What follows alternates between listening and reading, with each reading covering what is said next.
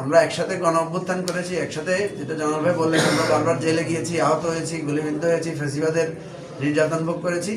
এখন আমরা যেহেতু নিজেদের মধ্যে গণতান্ত্রিক চর্চা করব, আমাদের মধ্যে সেই হৃদ্যতাপূর্ণ সম্পর্কটা যাতে থাকে, একে অপরের যাতে আমরা শত্রু না হই।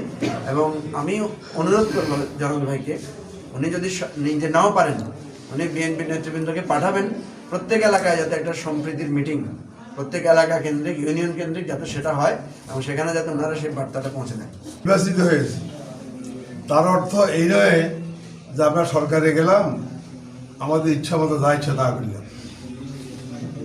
আমি একমাত্র ব্যক্তি, আপনারা দেখবেন পার্লামেন্টে এবং সর্বত্র আমার আপ্রাণ চেষ্টা থাকবে যেই উদ্দেশ্যে এই দেশকে আমরা স্বাধীন করেছি, মানুষের স্বাধিকারের জন্য, সেটাকে বহাল লাগার জন্য, সেটাকে আপনার ঠিকমতো পালনের জন্য, মানুষের শান্তি শৃঙ্খলার জন্য, আইনের শাসন, গণতন্ত্র এবং ন্যায় বিচারের জন্য, কর্মসংস্থানে মানুষ যাতে বাঁচতে পারে সেই জন্য কাজ করা যায়, সেই জন্য আমরা আমাদের চেষ্টা বলতে থাকি। এক দ্বিতীয় নম্বর হলেও আমি আজকে আপনাদের কাছে আরেকটা কথা বলতেছি, আমার জীবনের মূল কথাটা। আমি অত্যন্ত কষ্টে মৃত্যুর মুখোমুখি হইয়া যখন ছিলাম, ঠিক সেই মুহূর্তে আমি হজ করেছি। হজেও আমার কিছু সেখানে প্রতিজ্ঞা ছিল, আল্লাহ কবুল করেছে। যার জন্য আমি আমার দুইটা মাত্র এখন চাওয়ার আছে। আমি এবারে কিন্তু নির্বাচনের জন্য কোনো পিটিশন করি নাই, চাই নাই। আপনারা খোঁজ দিয়ে দেখেন, বিএনপি কাছে আমি পিটিশন করি নাই যে আমাকে নমিনেশন দিন, কিন্তু আমাকে স্বেচ্ছায় বিএনপি হাইকমান্ড নমিনেশন দিয়েছেন। জিজ্ঞাসা করার পরে বলছে যে মাত্র 7-8 জনকে এমনিতেই দেওয়া হয়েছে, তার মধ্যে আপনি একজন। আপনার কাছে আমি প্রার্থনা করছিলাম, তখন আমি জেলে যাচ্ছি, গুলি খেতেছি, যে আল্লাহ আমি যেন বাঁচি থাকি, যেন মানুষের সেবা করতে পারি।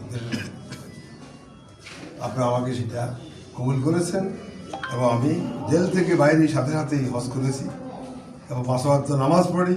আমার পরিবারের ছেলে মেয়ে, আমার স্ত্রী, চাকর বাকর পর্যন্ত 5 ওয়াক্ত নামাজ ইনশাআল্লাহ আপনাদের দোয়ায়। আল্লাহ আমার পিটিশন করা ছাড়াই আমার দল আমাকে নমিনেশন দিয়েছে। আমি নির্বাচিত হইলে যেন গণমানুষের সেবা করি, আমার জীবনের শেষ মুহূর্তটা আমি শেষ করতে পারি, আমাকে সেই তো আমার বাড়িতে হামলা করছি, তাইলে কেন করেছি? মানবিক কারণে একজন মুসলমান হিসেবে আমার একজন ক্লাসমেট ছিল, এই ছোটকালে আমার ক্লাসমেট ছিল, যেই কারণে মানবিক কারণে তার জন্য আমি আল্লাহর কাছে প্রার্থনা করছি তাদেরকে ব্যস্ত নসিব করো। কথাটা আপনি বুঝতে পারছেন? এরপরে আসেন, যত লোক আমার বাড়িঘরে হামলা, মামলা, অসংখ্য লোকের হত্যাকাণ্ড, আমার গাড়ি ঘোড়া পড়ানো থেকে শুরু করি, যে সমস্ত যারা করছে, এখন তারা অনেকেই আছে, পলাই আছে বা জেলখানায় আছে। আমি কারো বাড়িঘরে হামলা করেছি? বাস্ট্রপাড়ার মিটিংয়ের সাথে আমি কি করছি? আমি জনসাধারণের জন্য আল্লাহর কাছে দোয়া প্রার্থনা করছি, তাকে আল্লাহ মাফ করে দেন, সে অপরাধ হয়তো অনেক করেছে, ক্ষমা করে দেন। আমার আজকের আশাটা হচ্ছে আমার একজন প্রতিনিধির সাথে সৌজন্য সাক্ষাৎ। উনি নির্বাচন আগেই আমার বাসায় একবার গেছিলেন। সবচেয়ে সুস্বাদু হালিম, রাঁধুনি হালিম। হালিম হোক রাঁধুনি হালিম। আমার রাজনৈতিক জীবনের বয়সও কিন্তু দীর্ঘ, পাকিস্তান আমল থেকেই। কারণ আইয়ুব খান আমার আমলে আমাকে বহুবার কারাগারে যেতে হয়েছে, বহুবার। প্রথম 1962-তে আইবের বিরুদ্ধে, তারপর 64-এ ফাতেমা ইলেকশনে, 66-এ 6 দফার আন্দোলনে, ঘোরতর আন্দোলনে, তারপরে 69-এ যখন আইয়ুব খান বিচার হচ্ছিল তখন। এরপরে এখন ক্ষমতা যখন আসে, তখন তো আমি ছাত্রলীগের প্রেসিডেন্ট, এমনকি আপনার ছাত্র সংগ্রাম ঢুকালে এখানে এই ইতিহাস শুনলে তো মানুষে করবো ঢুকলাম, প্রাদেশিক পরিষদ নির্বাচন, জাতীয় পরিষদ নির্বাচন দুইটা শেষ হওয়ার পরে এই কুমিল্লা সেন্ট্রাল জেলে হঠাৎ করে একজন হাবিলদার আসি। আমি কিন্তু ইয়েতে আছি, ওই হসপিটালে, জেল হসপিটালে।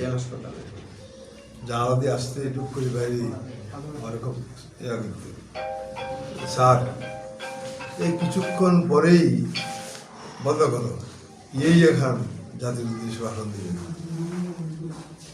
আমি 3 ব্যান্ডের রেডিও নিয়ে বাইরে ভাড়া থাকবো, আমি জানালা দিয়ে ঠিক ওই যে বক্তৃতা দেওয়া শুরু করি, প্রথমত উর্দুতে, তারপরে ইংলিশে। ওনার বক্তব্যে উনি যে মেইন কথাটা বলল, টেকটাপ থেকে পেশোয়ার পর্যন্ত 64 MLR এবং 63 MLR martial law regulation act, এই ধারায় যে সমস্ত লোক টেকটাপ থেকে মানে আপনার ওই পেশোয়ার পর্যন্ত যারা